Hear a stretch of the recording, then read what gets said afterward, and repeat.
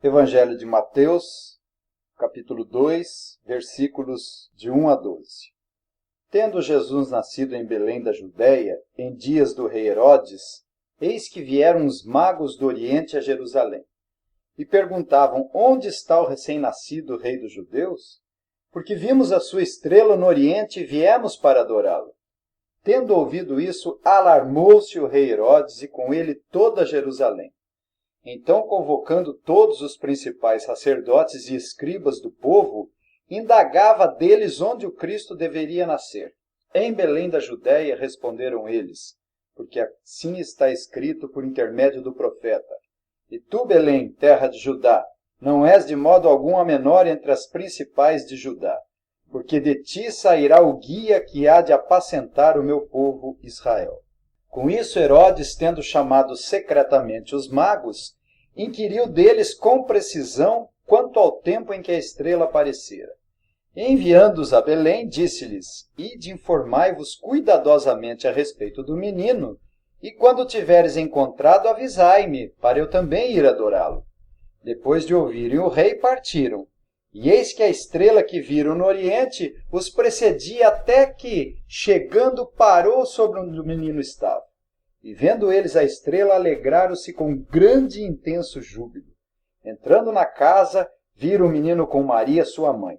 Prostrando-se, o adoraram, e abrindo seus tesouros, entregaram-lhe suas ofertas: ouro, incenso e mirra. Sendo por divina advertência prevenidos em sonho para não voltarem à presença de Herodes, regressaram por outro caminho à sua terra. Senhor nosso Deus, glorioso Pai, Deus eterno, maravilhoso, digno de receber toda a honra, glória, majestade, louvor, domínio e sabedoria. Agradecemos por essa oportunidade rica e pedimos a bênção para os ouvintes, a fim de que cresça o reino de Deus no coração de cada um, a começar de mim. Nós oramos agradecidos, em nome e por amor do Senhor Jesus. Amém. Seria de se esperar que o nascimento do Senhor Jesus, o Rei dos Reis, Senhor dos Senhores, fosse acompanhado de grande honra e pompa, como costuma ocorrer na visita de um grande rei, de uma grande autoridade. Aqui e ali, nós vemos na TV um imperador, um presidente, visitando outro país e sendo recebido pelas autoridades daquele país de uma forma honrosa, com grande cerimônia e prestígio. E seria natural esperar isso do povo de Israel ao nascer o Senhor Jesus, o tão aguardado Messias. Mas, infelizmente, ele veio para o que era seu, mas os seus não o receberam. É verdade que os pastores, Simeão e Ana, o receberam de muito bom grado. Também é verdade que nas regiões celestiais houve grande júbilo e reboliço com anúncios angelicais gloriosos acerca do nascimento de Jesus. Até os astros celestiais aqui no nosso texto se locomoveram. Será que a estrela aqui é literal?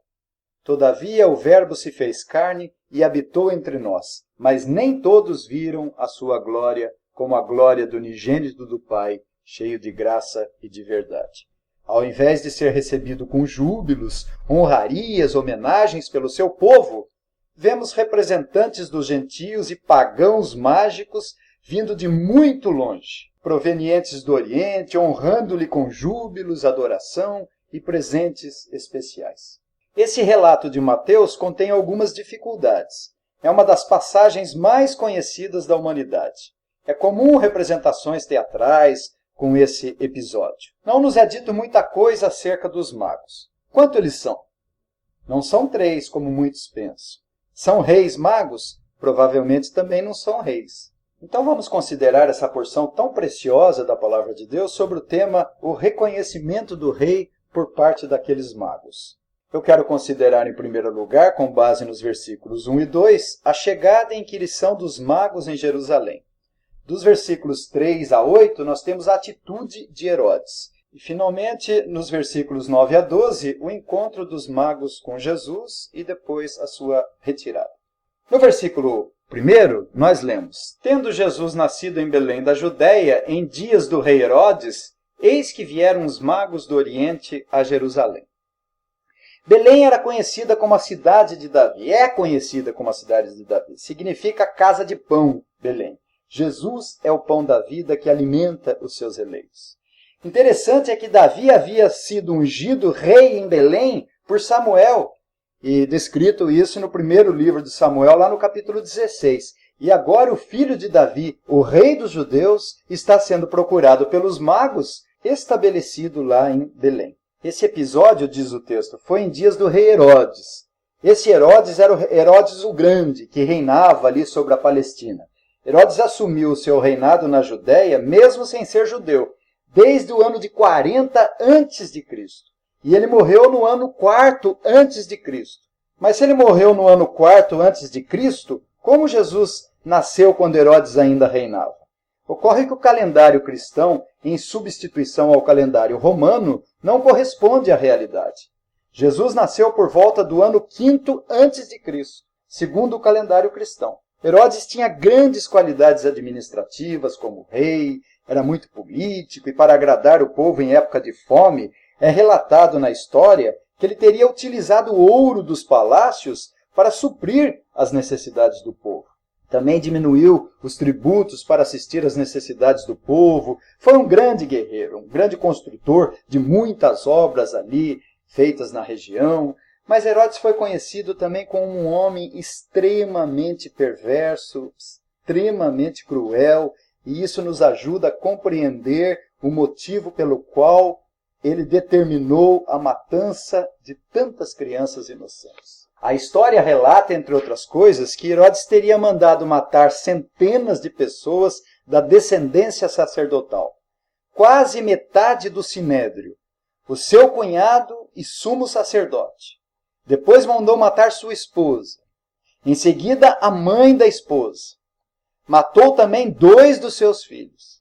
Aproximadamente 5 anos antes de morrer, matou um terceiro filho. E sabendo que ia morrer, pois tinha uma doença horrível, o homem chegava a feder.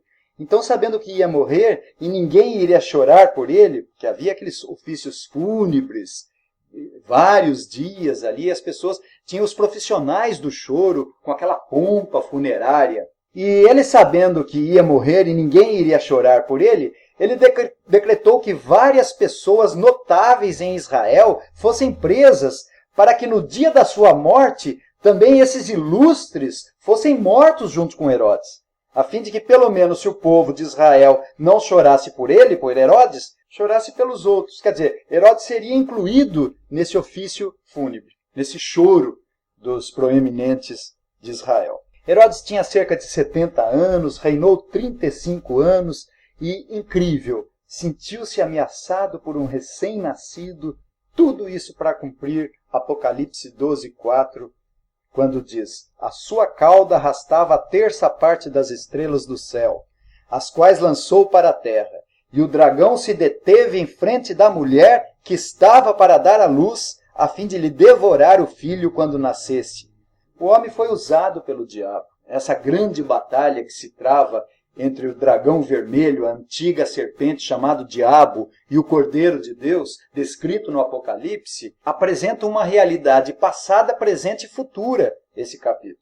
E certamente a presença de Herodes está incluída ali naquela imagem apocalíptica. Com relação a esses magos que chegaram a Jerusalém, cheios de expectativas, sabemos que eles eram de uma tribo persa, um grupo de pessoas que normalmente se consagravam ao estudo dos astros e às artes mágicas. Não havia na época distinção de astronomia e astrologia, pois ambas andavam juntas. Então eles eram sábios, especialistas da região oriental acerca desse assunto dos astros. No versículo 2, nós temos a inquirição deles. E perguntavam: onde está o recém-nascido rei dos judeus? Porque vimos a sua estrela no Oriente e viemos para adorá-lo. Chegaram lá em Jerusalém e perguntavam. O texto original dá a ideia, quando diz aqui, e perguntavam, continuamente perguntavam para as pessoas, mostrando interesse pelo rei dos judeus. Podemos imaginar a cena desses magos entrando ali em Jerusalém, fazendo alardes com grande ostentação, provavelmente muito bem vestidos, pomposos, influentes, pois chegaram até a falar com o rei, chegaram fazendo uma barulheira mesmo. Quando perguntavam por que vimos a sua estrela no Oriente e viemos adorá-lo. Mas que estrela? A palavra hebraica ou grega dá a ideia de variedades de corpos. E é possível que não tenha sido uma simples estrela literal ou um planeta. Alguns acham que foi uma manifestação da glória de Deus. É comum no Novo Testamento essas manifestações serem indicadas por clarões, luminosidades intensas da glória de Deus, como foi com os pastores. A glória do Senhor brilhou ao redor deles, dito lá em Lucas capítulo 2, versículo 9. No Monte da Transfiguração, também, eles viram uma grande luz, como a luz do sol. Paulo ficou cego, porque uma luz do céu brilhou ao seu redor. Em Apocalipse, capítulo 1, é-nos dito que o seu rosto brilhava como o sol na sua força. Não sabemos exatamente se era uma estrela literal ou um tipo de clarão da glória de Deus. Também não sabemos como eles relacionaram a estrela com o nascimento de Jesus. Eles eram estudiosos das estrelas, analisavam os movimentos regulares dos corpos celestiais, e com frequência, quando alguma coisa inusitada acontecia com os astros, eles relacionavam com algum acontecimento. Pode ser que pela graça de Deus, pela misericórdia do Senhor, através desses estudos, eles tenham sido conduzidos à salvação em Cristo Jesus. O que não precisamos estranhar, porque os céus proclamam a glória de Deus, e o firmamento anuncia as obras das suas mãos. Nessa época, havia uma expectativa muito grande de que um novo império mundial surgiria a partir da Judéia. Os historiadores Tácitos e Suetônio, historiadores romanos, e Joséfo, historiador judeu, fizeram menção dessa probabilidade. Portanto, de um modo ou de outro, esses magos foram conduzidos a Jerusalém e certamente fizeram uma viagem difícil, longa, e ali perguntaram insistentemente sobre o Messias, o rei dos judeus. Ainda no versículo 2, eles estabeleceram o propósito da chegada deles. Eles não vieram por curiosidade acadêmica ou mística, mas observem, porque vimos a sua estrela no Oriente e viemos para adorá-lo. Eles estavam ali para adorar e se prostrar diante do Senhor Jesus. Perceberam que Jesus era mais do que um rei político. Observe que os magos não adoraram o rei Herodes. E nem lhe obedeceram quando Herodes lhes ordenou para que voltasse para Jerusalém e contar-lhe acerca do menino. Aqui nos versículos 3 a 8, Mateus relata a atitude do rei Herodes. Nós lemos no versículo 3. Tendo ouvido isso, alarmou-se o rei Herodes e com ele toda Jerusalém. Vejam só, Mateus ressalta o quanto o rei ficou alarmado, assustado, espantado. De alguma forma ele sentiu que o seu trono estava sendo ameaçado. Inacreditável. O homem já era velho, reinava ali por cerca de 35 anos, já estava na casa dos 70 anos, e o menino tinha acabado de nascer e ele se sentiu ameaçado. Que cegueira espiritual, que homem endemoniado. 2 Coríntios 4,4 diz que o Deus desse século cegou o entendimento dos incrédulos para que lhes não resplandeça a luz do evangelho da glória de Cristo, que é a imagem de Deus. Na segunda parte do versículo 3, não apenas o rei Herodes ficou espantado, alarmado, mas com ele toda a Judéia. Imagine o povo de Jerusalém, os judeus. É bem provável que a razão desse medo do povo estivesse baseado na dúvida de que o rei poderia fazer. Conheciam bem o caráter do rei, que era atroz, o rei era ímpio, cruel. Então provavelmente estavam ali temerosos pela consequência que poderia vir, e estavam certos, pois logo iriam ver a matança das crianças inocentes registradas na porção ulterior do nosso texto. Aqui no versículo 4 diz: então, convocando todos os principais sacerdotes e escribas do povo, indagava deles onde o Cristo deveria nascer. Herodes convocou ali a liderança de Israel, não porque queria saber para poder ajudar os magos, poder orientar os magos, mas para hostilmente se opor ao nascimento do Senhor Jesus. Nos versículos 5 e 6, nós lemos: em Belém da Judéia responderam eles, porque assim está escrito por intermédio do profeta: e tu, Belém, terra de Judá, não és de modo algum a menor entre as principais de Judá, porque de ti sairá o guia que há de apacentar a meu povo Israel. Que resposta exata! Que resposta rigorosamente correta! A explicação deles estava na ponta da língua. Citaram ali imediatamente Miqueias capítulo 5, versículo 2, era de conhecimento público em Israel. Mesmo assim, não fizeram nada. Não se alegraram, mas a ideia que se tem é de uma indiferença total, uma apatia, um desinteresse e descrédito. Imagine que oportunidade que eles perderam de adorar o tão aguardado Messias, o tão profetizado Rei de Israel pelos profetas. Mas não se uniram com os magos à procura do Messias, não se interessaram pelo fato mais importante do mundo. Belém era pertinho, queridos ouvintes, é cerca de 10 quilômetros de Jerusalém. Os magos vieram lá do Oriente, não sabemos exatamente quantos quilômetros, mas certamente uma viagem longa. Uma viagem difícil, dura, com pouquíssimo conhecimento e uma noção rasa acerca da lei de Deus. E quanto a esses religiosos que lhes pertenciam os oráculos, o culto, a legislação, as alianças, a adoção filial, as promessas, eram os filhos dos profetas, foram indolentes e não relacionaram as Escrituras com esse grande acontecimento com o Senhor Jesus, o nascimento do Senhor Jesus. O versículo 7, com isso, Herodes, tendo chamado secretamente os magos, inquiriu deles com precisão quanto ao tempo em que a estrela aparecera. Tendo chamado secretamente, ele estava em trevas, tramando, podemos imaginar o que estava passando já na cabeça desse rei demente, sagaz, desumano, medroso. E no versículo 8, e enviando-os a Belém, disse-lhes: Ide, informai-vos cuidadosamente a respeito do menino, e quando o tiveres encontrado, avisai-me, para eu também ir adorá-lo. Quanta hipocrisia!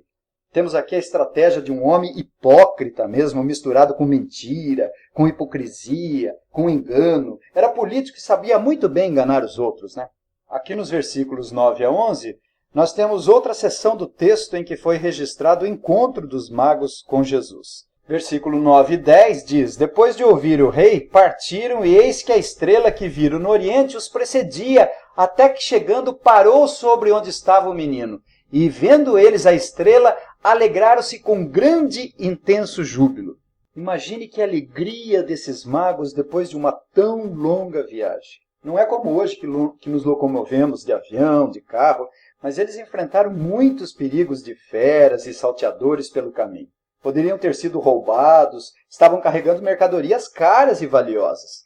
Depois de uma longa viagem, chegaram em Jerusalém, soltando folguedos de júbilos, e ninguém sabia de nada, nem mesmo o rei. O que está acontecendo nessa cidade?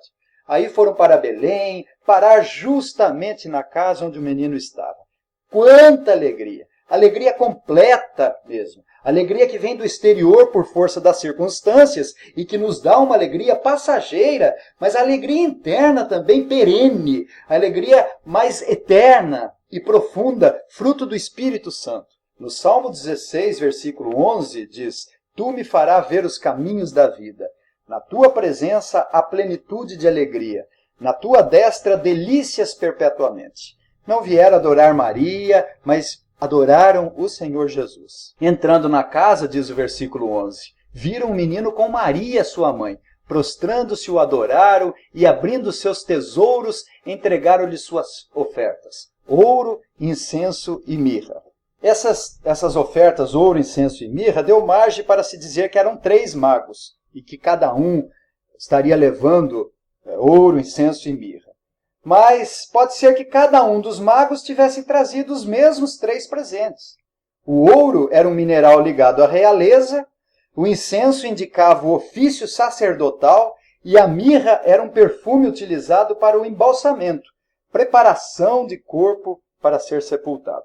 Nada mais próprio que o Senhor tenha recebido esses presentes valiosos, que apontavam para a sua realeza, seu ofício sacerdotal, que iria salvar o seu povo e interceder por ele depois da sua morte vicária na cruz do Calvário. Alguém disse que as melhores notícias vieram de Belém e do túmulo de Jesus. No versículo 12, finalmente, sendo por divina advertência prevenidos em sonho para não voltarem à presença de Herodes, regressaram por outro caminho à sua terra. Não ouvimos mais falar desses homens, mas tudo indica que temos aqui homens tementes a Deus, salvos pela graça e misericórdia dele, salvos também com conhecimento mais aprofundado de Deus, estiveram ali orando e adorando o Senhor Jesus, e não é à toa que a história da igreja não consegue explicar como o evangelho atingiu certos lugares tão distantes assim. Eu concluo chamando a atenção dos ouvintes, em primeiro lugar, para a reação diferente desses três grupos.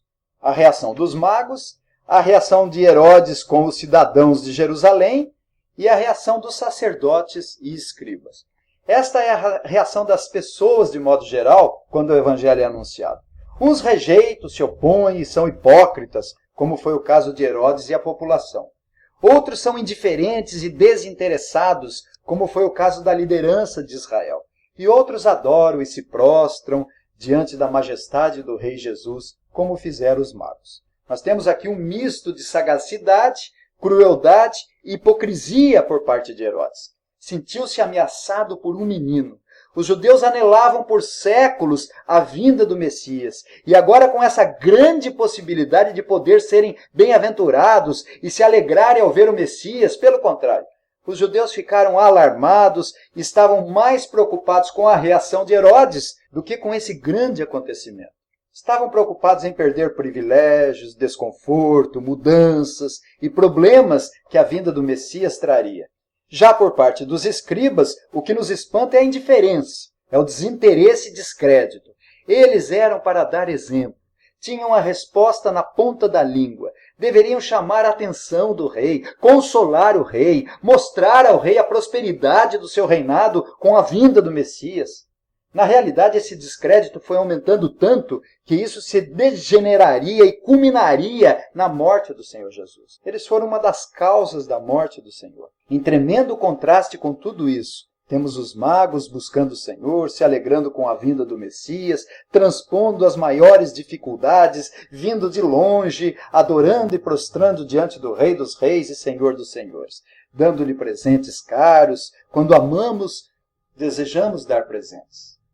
Muitos pensam que os valores pessoais e seus pecados serão ameaçados ao aceitarem a salvação e se opõem ao Evangelho. No capítulo 13 desse Evangelho de Mateus, no versículo 44, Jesus conta uma ilustração acerca disso. O reino dos céus é semelhante a um tesouro oculto no campo, o qual certo homem, tendo-o achado, escondeu, e transbordante de alegria vai e vende tudo o que tem e compra aquele campo. Muitos querem os seus valores pessoais, seus pecados, não querem vendê-los para ficar com esse grande tesouro, com esse tesouro de grande valor. Por outro lado, quantos não são indiferentes? Reagem negativamente diante da oferta gratuita do Evangelho da glória de Deus e trazendo sobre si mesmos mais condenação ainda. Que Deus nos dê a graça de sermos semelhantes a esses magos que não encontraram dificuldades de distância. Servir o Senhor com seus bens e o adorar. Sejamos liberais com a igreja do Senhor. Os bens valiosos que figuravam os ofícios de Jesus foram para proveito da família do Senhor. Podemos imaginar como isso alegrou Maria e José, como isso ajudou, como esses presentes ajudaram-lhe no custo da viagem e da sua manutenção na fuga para o Egito, que eles nem sabiam que isso ocorreria. Qual a sua reação diante da pregação do Evangelho? É semelhante à de Herodes e do povo? A sua reação é com hostilidade e hipocrisia? Ou dos sacerdotes com indiferença? Ou dos magos recebendo com alegria a salvação em Cristo Jesus? Que o Senhor nos abençoe. Amém.